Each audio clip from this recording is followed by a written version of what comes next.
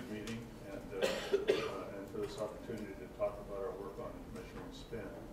So I'm talking about the continuum fitting method of measuring spin, and at the end I'll mention the iron line, but this is all about continuum fitting and applications of the results that we've obtained to date. So this picture indicates my collaborators, and everyone here in this room is trying to get close to a black hole. Well, this picture indicates how close we're trying to get.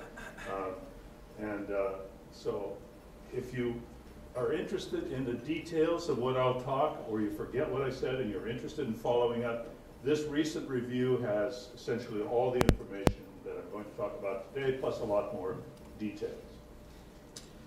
So there are tens of millions of stellar mass black holes in the galaxy, but there's only a few dozen we know about. Here's 20, and they're stellar mass black holes and X-ray binaries. So here's a schematic sketch to scale, it should be familiar to many of you, of 21 of these binary systems. And what you see here are systems that range from 30-day orbital periods. This is the optical star and Roche geometry accurately drawn. This is a cartoon of the disk. And here's a little system with only a 4-hour period. So the orbital period sets the size. And in this schematic sketch, there's the colors indicate the temperatures of the stars. And you can even see the inclination, like this is a face-on system at 20 degrees. This is an edge-on system, more or less, at 75 degrees. You can see by looking at the disk. So there's a lot of information in this very nice plot. There are two distinct classes of systems. There are these persistent systems up here, and then 3 of them, and then these 18 transients down here. They make a big deal out of the distinction between these two systems, so let me describe them a little bit. They're differentiated by their mode of mass transfer. So the persistent systems have very massive O-giant stars with strong winds, and it's the winds that transfer the matter over onto the accretion disk and hence down into the black hole. For the transient systems, it's Roche lobe overflow from a nearby companion onto a disk, and then the material winds on down to the center. So they're distinguished by this mode of mass transfer, but as I've said, they're distinguished too by their companion, because these stars are like 30 solar mass O stars, supergiants. These are typically stars that are solar mass or less. So these systems, in fact, this is another distinction, these systems are very young, because O stars only live for only millions of years, several million years, so these systems are young, whereas these can be giga-years old. Now, I just say one thing for orientation for those who are not into this kind of thing. What we're talking about is right down in this whole talk, right down in the very center of this accretion disk, in a very small region, a region the size of maybe Greater Prague or something. Just a tiny region where up to 100,000 solar luminosities can come out in X-rays, because you're talking about a 10 million degree black body. So even though it's a spot on the Earth, just if you wanted to talk about Prague, for example, and Prague is just a spot on the Earth, and the Earth's just a spot against the sun. Up to 100,000 solar luminosities can come out of this spot because it's a 10 million degree black body. And it's down in this small region where we have to measure the spin very close to the black hole. Now, the foundation for measuring spin is the ISCO, the innermost stable circular orbit. So the accretion disk is a black hole, and material orbits until it gets to the ISCO and it suddenly plunges. It plunges so fast, in a fraction of a millisecond, that it leaves a dark region between the inner edge of the disk and the black hole. So it's no emission here, lots of emission outside the ISCO. And what we do is we measure this ISCO radius. And you'd say, well, how do you do it? Because obviously you're not resolving this on the sky. And the answer is, it's strictly analogous to how you measure the radius of a star in this very simple way that I think all of you are familiar with, by measuring the flux of the star, the temperature of the star, and if you know its distance, you can deduce its radius. That's what we're doing here too. We're using X-ray flux, X-ray temperature. We need the distance. We also need the inclination of the disk because we're dealing with luminosity. So we need the inclination in addition. And then we need the mass of the black hole so that we can scale this radius in centimeters into dimensionless units and plot it here, and then read off the spin from this famous relationship here from Bardeen et al. And that's what we're doing. We're measuring the ISCO radius. That's our observable. We take this ISCO radius, divide by the mass, and then we read off the spin parameter. Now, the virtue of the continuum fitting, I'd say the major virtue of the continuum fitting method is that we're dealing with this venerable thing called the accretion disk. And this is something that is already, even before black holes were thought of, when quasars were thought of, Lyndon Bell and others wrote papers on the idea that how a black hole would shine is via an accretion disk, the hot material orbiting the black hole. So this is, and then in the early 70s, the model of the accretion disk became, very clearly defined, and it culminated with the work of Nabokov-Thorne, 1973, where they obtained a relativistic model of this accretion disk. And that's the model, in fact, we use for continuum fitting. So again, we measure our ISCO, and we have to know the mass, inclination, and distance, and then we can read off the spin. So this is a spectrum. This is what we would call a gold spectrum, a very good spectrum. But we have spectra like this for most of the 10 black holes for which we've measured spin. And what you see here is a dominant thermal component. And this is important for continuum fitting. You must select states of the source when this component is dominant, because this is the component that delivers the spin. There's always a Compton component from a Compton upscattering and a corona, but as you can see in this picture, it's only like at the 1% level of the thermal component. It doesn't really matter. It doesn't really matter in a case like this exactly how you model this Compton component. It's so faint, it doesn't really matter. We can take spectra for which this Compton component is 25% of the thermal, all the way up to 25% of the thermal component, and we can get the same spins. So this is about 1%, so in the range 1% to 25%, that allows us to use a lot of data. We can get reliable measurements of spin. So what we do is we fit this Nabokov and Thorne accretion disk model, this fully relativistic model, and we get the inner radius of the disk that I showed you before, and the normalization is the mass accretion rate onto the black hole. And we have to have as input parameters to the fit the mass, inclination, and distance. So we have to measure those externally. That's a separate problem, and a very big piece of our work is measuring the mass, inclination, and distance. So I'll show you right up front the 10 spins that we've measured. Here they are. So the spin is, I should have said earlier, goes from -1 to +1, but all of our spins so far are prograde. They're all in the same spin of the black holes in the same sense of the disk. And here's the spins. We have 3 spins for persistent sources, 7 spins for the transient sources. At a glance in this table, you can see that the masses of the persistent systems of the black holes are significantly more than for the transient systems. You can also see at a glance that the spins are very high for these persistent systems, and they're really all over the map for the transient systems, from essentially 0 to extreme spin. I'll make this a little more specific, and I'll return to this table later to discuss the data. But right now, I just wanted to show it to you. And what we aim to do in the next 2 years is to measure 4 more spins, and we have it all lined up. And we are working very hard to improve the quality of these measurements. And for about 4 or 5 of these, we think we can improve the quality quite significantly in the next couple of years.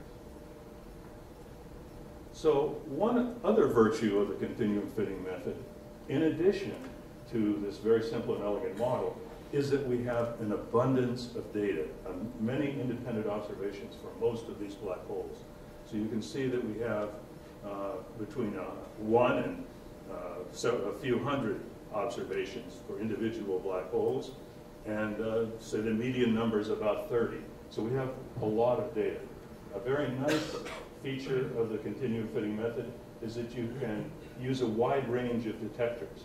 You don't read particularly high resolution. The RXT PCA at 20% resolution at iron is plenty good enough. And you only need a dozen energy channels, so you don't really need a fantastic detector. It has to be calibrated, so you calibrate it against the crowd.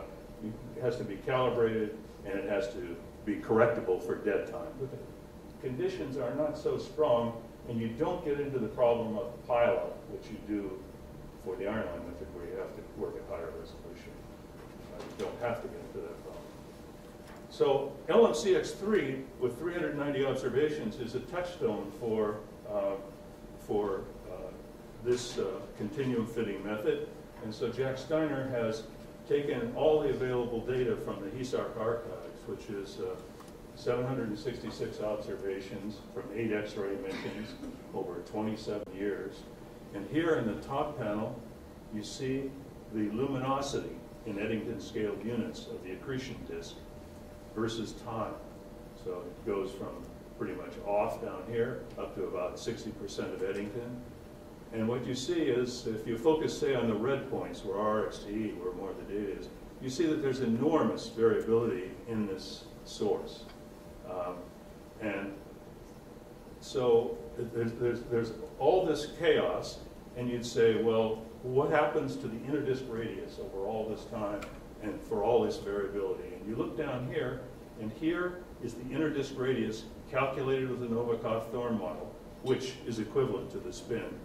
And what you see is, for the RXT data, which is one mission, that the consistency of the measurement of the interdisk radius statistically is of order 2% for 390 observations over the span of time, over more than a decade here.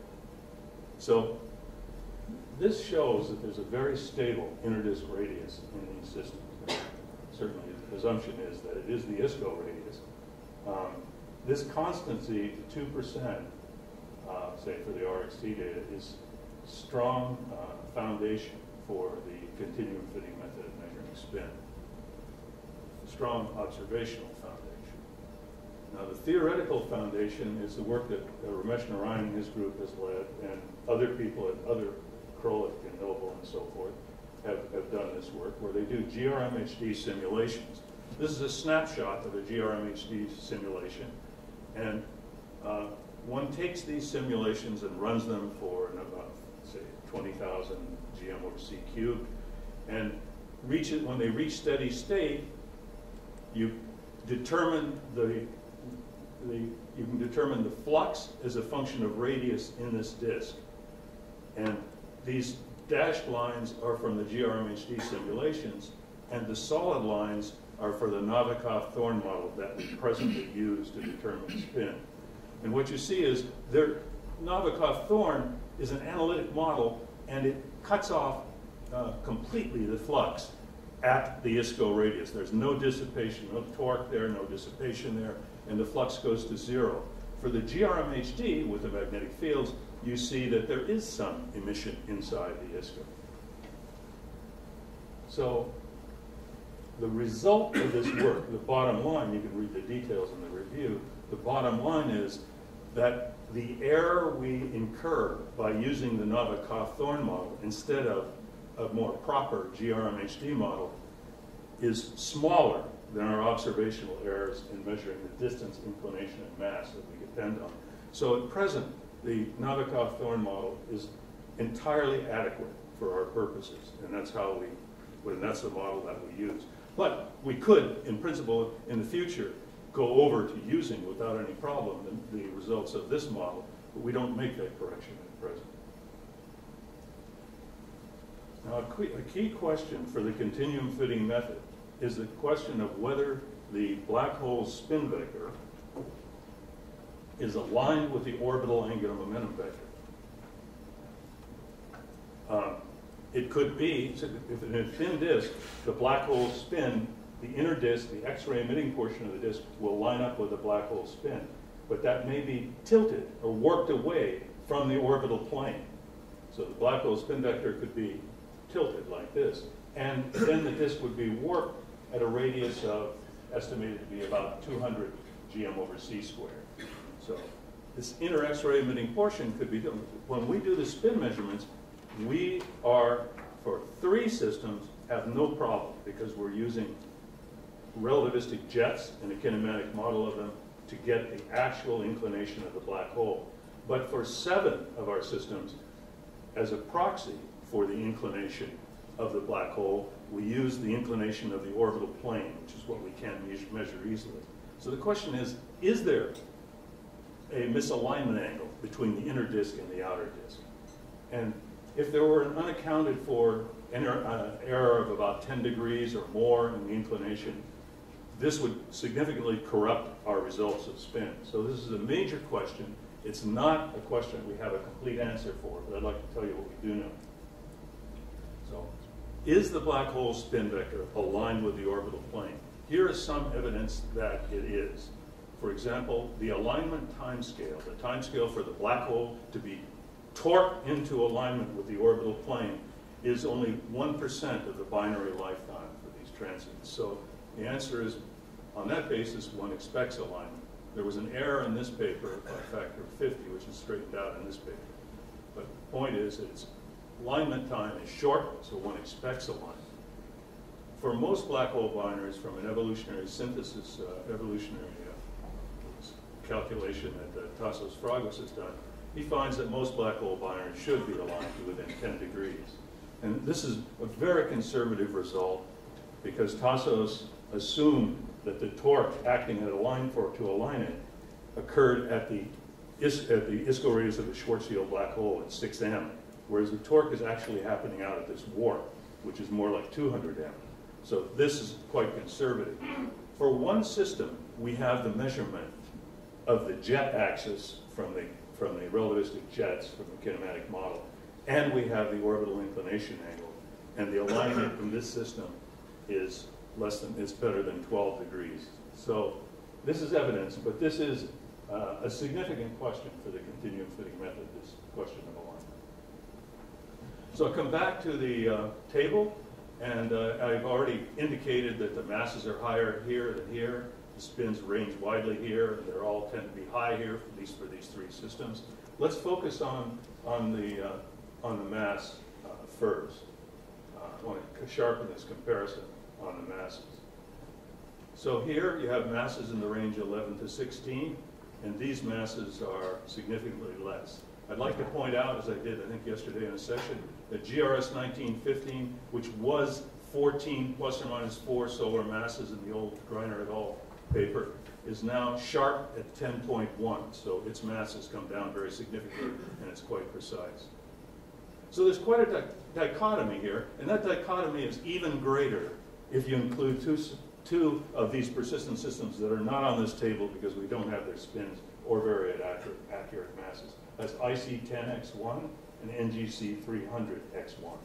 Those 2 systems have black hole masses greater than 20 solar masses.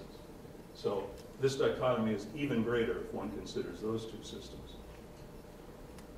So what about the spins? So again, these spins are all high, and these spins are wide, range wide.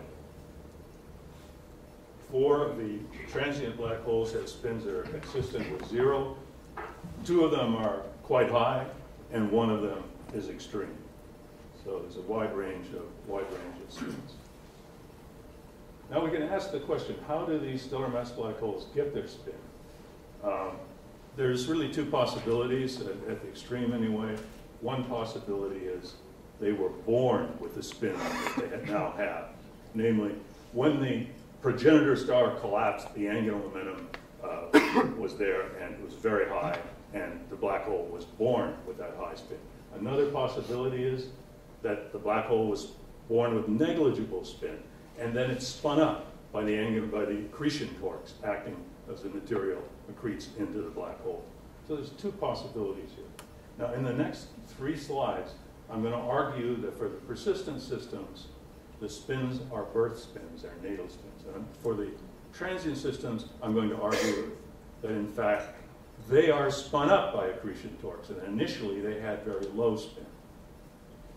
So in the case of the massive black holes, the persistent systems, you can calculate how long it would take if they had negligible spin, say near zero spin at the beginning, and you had to get them up to 0.85 or even up to 0.98, as in the case of Cygnus X1. The answer is it would take more than 30 million years. That's a bare minimum. That's if they were accreting at the Eddington rate. They're only presently accreting at 10% or less of Eddington. So the answer is it would probably take 100 million years or more to spin them up, in fact. And the ages of these systems isn't more than 10 million years, somewhere between 3 and 5 million years, because these O stars only live that long. So there's not enough time to torque them up in the lifetimes of the systems, and therefore we conclude that the spins of these black holes are natal to persistent systems. The story for the transients is really a completely different story.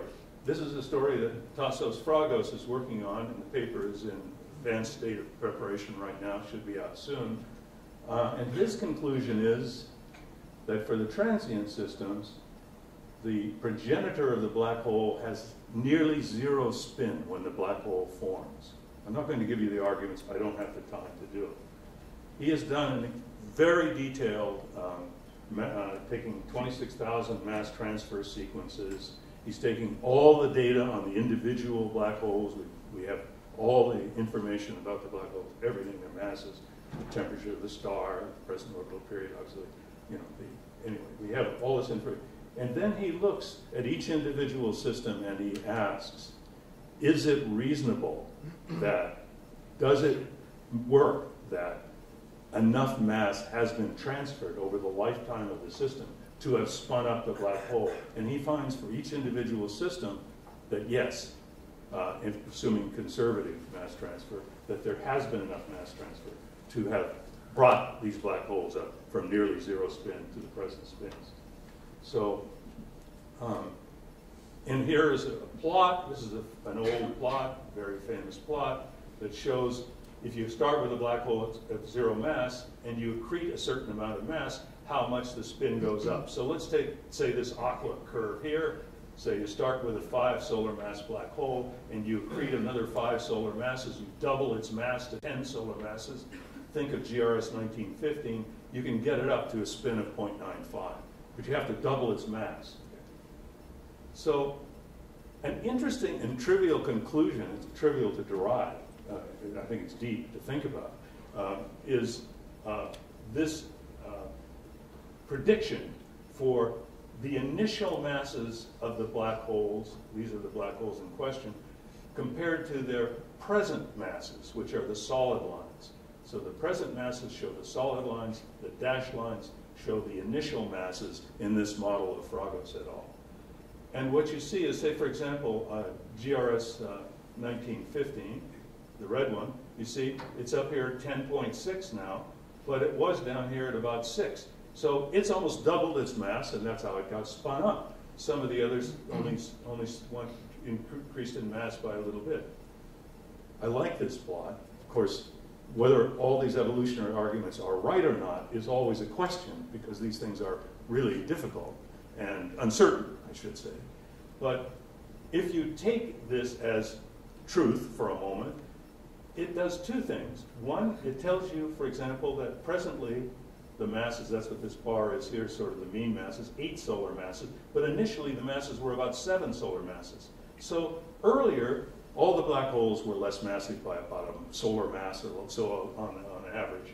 And what that does is it moves all the black holes at formation down closer to the neutron stars, closing the mass gap for those who know about the mass gap between black holes and neutron stars. So it partially solves the so-called mass gap problem. At the same time, it increases the dichotomy between the masses of the persistent black holes and the transient black holes, because now these are down more or less at 7, and the, as you recall, persistent ones are up at 11 to 16, and even higher.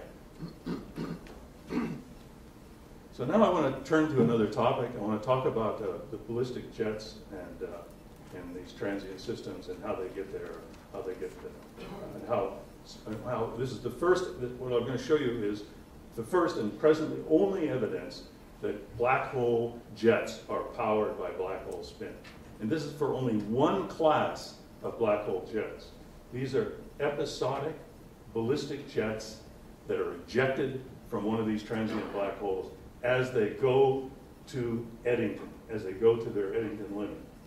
And here is shown a very famous example. This is GRS 1915, and you see these X-ray sources there at the cross, and over a period of a month, you see these plasma blobs moving out on the plane of the sky. These are radio-emitting blobs observed at the VLA. And that's what we're talking about. We're talking about these ballistic jets that are only episodically and only occasionally observed for these black hole transients, where these jets go out for a parsec. I'm not talking at all about, I hope this is clear because there's been a lot of confusion, I'm not talking about these little AU scale jets that are 10,000 times smaller that are seen in the hard state. I'm not talking about those. Those are more like outflows to me. They have small Lorentz factors. The Lorentz factors here are 2 or 5 or so. So what about these jets? From recent GRMHD simulations, there's strong theoretical reason to believe that black hole spin does power jets. So here's a plot of what's called jet efficiency versus spin from GRMHD simulations. And what one sees is that and these are simulations of so-called magnetically arrested disks. So these are when the magnetic field gets piled very high onto the magnetic field, onto the black hole. What you find is that the efficiency rises very steeply, and it can exceed 100%. Exceeding 100% means that energy is being tapped out of the black hole spin to produce this jet. So theory certainly is showing these kinds of jets forming spontaneously from rather generic conditions, initial conditions. Can we observe this phenomenon? And so what is this eta jet? What is the efficiency of the jet? The answer is the efficiency of the jet is the power in the jet, the kinetic luminosity in the jet, divided by the rate at which mass energy is flowing into the black hole. And we can imagine for a moment, for simplicity, that it depends only on the spin parameter. It could depend on magnetic field topology, could depend on other. We're assuming it depends only on spin parameter. Now we're only talking about systems at major outbursts when they go to Eddington. We're talking about, okay, so I should say first, what is jet power? I should say this. Our proxy for jet power is the radio luminosity. We just adopted this in this paper. It's just the radio luminosity at a reference frequency of 5 gigahertz. So the question is, you want to measure this numerator, you want to measure this denominator to get this jet power, to get this jet efficiency. And the jet power we take to be the luminosity at the radio, at the peak of the outburst.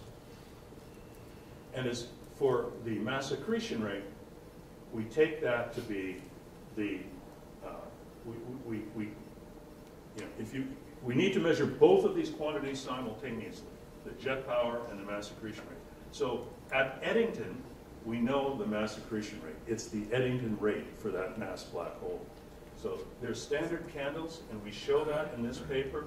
I'm not going to show you the details, but please look at that paper if you want the details on the fact that they are standard candles in major outbursts. As an example, here is an outburst of XTEJ 1859. So this is just one transient, and what you see is the X-ray-like curve over a period of a few months, and the source spikes to its Eddington luminosity here. And a few days later, this is very typical, the radio crests at peaks at its maximum radio luminosity, and it's this, or flux, and it's this corresponding luminosity that we use as our proxy for the jet power. So we're doing everything at the Eddington limit for these sources. And this is our measure of jet power. Now we simply plot, I should show you first, these are our 5 sources. They're named here. These are radio light curves for these 5 sources, and these little explosion symbols show you the peak radio flux density that we use, which we convert to a luminosity. So that's basically the data and the 5 sources in the sample. And here is a plot that's completely empirical. It's a plot of jet power, again, the radio luminosity at the maximum of the outburst, versus our spin parameter from about a 10th up to 1. This is A0620 for those who know, and this is GRS 1915 up here. And what one sees here is unmistakable evidence of a strong correlation between jet power and spin. The dashed line here is for the Blandford-Zanajek model. It's just drawn with a slope of 2. It's not effective data. This is a different representation of the same data, where we now plot against the ISCO radius down here. So we don't have a straight line anymore because we're plotting against the ISCO radius. This is a physical model. We're including beaming. In the previous plot, we did not include beaming. It was purely empirical. Here, we assume that there is beaming, and we plot all 5 sources for the same Lorentz factor. Say on this red line is Lorentz factor 2, and gamma equals 5 for the upper. So we assume all the sources have the same Lorentz factor for the purposes of this plot. And these lines are fits to the data, where all that's fitted is the relation, is the normalization. That's all we're fitting. And the shape of the curve is that the jet power goes as the angular velocity at the horizon squared. So the angular velocity at the horizon goes as a star at low spins, and then goes a little more steeply at higher spins. So the curve is a little different than just a star squared. And this is motivated by GRMHD simulations. So we consider this a confirmation of the BZ process, and I would like to say that this is very controversial. So Fender, Gallo, and Russell have arguments against this. We reply in our review article. I ask you to read this if you're interested in this question. But what I can say is this controversy will be settled, because in the next 2 years, the forerunner of the SKA will start up, and we'll get the radio monitoring data we need to confirm or rule this out. That's the Thundercat program that's going to start there, and they're going to get dense radio monitoring for these all transients that go off, and then we'll be able to get enough data to confirm this. So now I'm going to say a little bit about the iron line method. This is a very important alternative method to measure spin. And you have to again determine the ISCO radius, but in the iron line method, what you do is you fit the profile of the broad iron K alpha line.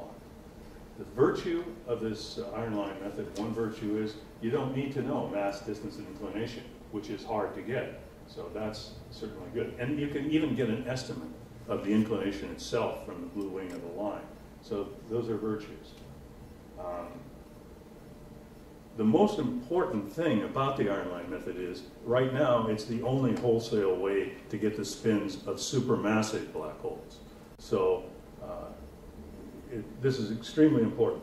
And the continuum fitting method and the iron line method both can be applied to these stellar mass black holes. So this gives us a chance to validate both methods and to confirm the iron line method for use with confidence for extragalactic supermassive black holes. So it's extremely important to work on this iron line method. But the method is challenging, and I want to tell you why it's challenging very briefly here. First, I remind you of the continuum fitting method that I've been talking about. All we do is we fit the thermal emission from this disk with a model that's extremely well established, the Abacov-Thorne model, and we're dealing with a system where there's no very negligible quantization in most cases, so it's really just this disk component. In the case of the iron line method, we have the thermal emission from the disk, and let me describe what happens here. And here's a corona, and this corona is hot, and it Compton upscatters the photons. That's these blue photons. We see the blue power law, and part of these hard photons go down and strike the disk, and then they produce fluorescent and other emissions, which is called the reflected component that comes off. So a lot more is involved here.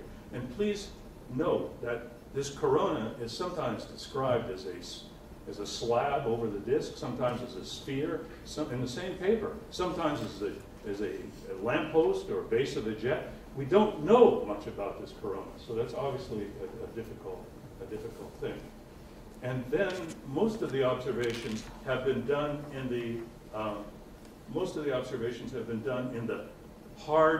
low hard state of X-ray binaries. In this state, the disk is almost not present, and it's a strongly Comptonized spectrum of the low hard state. We don't understand it very well, and as Yuri was saying yesterday, told us yesterday, in fact, it's not clear in the low hard state that the disk even goes, there's really reason to doubt that it goes down to the ISCO. So this certainly raises questions about measurements with the iron line of the hard state spectrum. So it's a complex model. And the reflected spectrum itself is complex, as I show you in this slide. So this is a reflection spectrum from a disk, a cold disk. And what you see is not completely cold. It's ionized with this ionization parameter. And what you see here is an incident power law spectrum. That's this blue. And then you see the high resolution spectrum. That's what you'd see from the gas. But then when you relativistically smear it with this high spin parameter, you get this red spectrum. And here is the iron line right here. What you have to, and besides this reflected spectrum, there's a power law under this, and then there may be some disk component down here to some extent. And you have to model all of this, and you have to determine, I call this the tender red wing. It's the red wing of the line that's telling you how deep you are into the gravitational potential well and allowing you to get the spin measurement. You have to model this profile of this line. This is difficult. You have to get a continuum there that you really believe. So here, as I promised in my abstract, is a comparison of the continuum fitting and iron line spin results for the black holes for which measurements have been made by both methods. So we have here 6 black holes, and I'll just go down the table. Cygnus X1, this is our result, continuum fitting, and this is Fabian et al., and they're in good agreement. I should say first, you see, for the iron line measurements, the number of observations are very small, 1 or 2, compared to ours, which are typically more like 30. Independent measurements of spin, they typically have 1. But in any case, there's reasonable agreement here. And in the case of LMCX1, again, reasonable agreement, although the iron line is uncertain, rather uncertain in this case. In the case of GRS 1915, again, agreement. But actually, this is a recent New Star paper by Miller et al., 2009. And I brought a quote. Let's see if I can put it here. Yeah, I brought a quote from the paper because you note this precision, plus or minus 0.01. But I'm quoting now from the paper. This is Miller et al., 2013. Quote, the model returns a precise spin measurement, A star equals 0.9 plus or minus 0.01. The quoted error is only the statistical error. Systematic errors are likely much larger and related to the assumption that the optically thick disk truncates at the ISCO. And then it goes on to mention model errors also. So this 0.98 plus or minus 0.1 is very formal. In our cases, we have taken into account all systematic errors that we can think of, in particular such things as errors in what spectral model components we use. We include the absolute flux calibration of our detectors, everything we can think of. In most of these, you will find there is no consideration of systematic errors. Going on to 1550, this is all in one paper. There's reasonable agreement here, there's good agreement here on these two. On this one, you'd think this maybe isn't disagreement, but in fact, if you look at Miller et al. 2009, you'll find that in Miller et al. 2009, he reports a spin of 0.98 plus or minus 0.01 for GROJ 1655. There's also 0.7 on your previous slide. your spin from continuum? Yes, this should be 0.7. I think this is, wait, no, this is 0.8. No, this is right. No, the two. Oh, I got these two reversed. Yeah, okay. I got tired. Right. Okay, these two are reversed. Sorry. But in any case, yes, that would make the difference even greater. Exactly. The point is, there's disagreement here, and there's significant disagreement here. So the first five are in reasonable agreement. The last two are in some disagreement. So here's my summary. Continuum fitting measurements of spin, simple black hole state, lots of data. It's demonstrably robust, meaning that we have done a lot of work on the systematic errors, and we get many independent measurements of spin. As far as the origins of spin, I've argued that natal spin would be correct for persistent black holes, and we have a picture where accretion torques would torque up the transient black holes from a near zero spin to their present spins. Indicated discussed our first evidence that black holes are powered. Black hole jets are powered by black hole spin energy. Certainly GRMHD simulations show this, and we find this a strong correlation that is the first evidence, the first observational evidence for jets being powered by black hole spin. And finally, on the continuum fitting, I would say two systems disagree and need rework, and 5 are in reasonable agreement. And the final point is that the iron line method is problematic, as I discussed, but it's extremely important to try to reconcile the observation.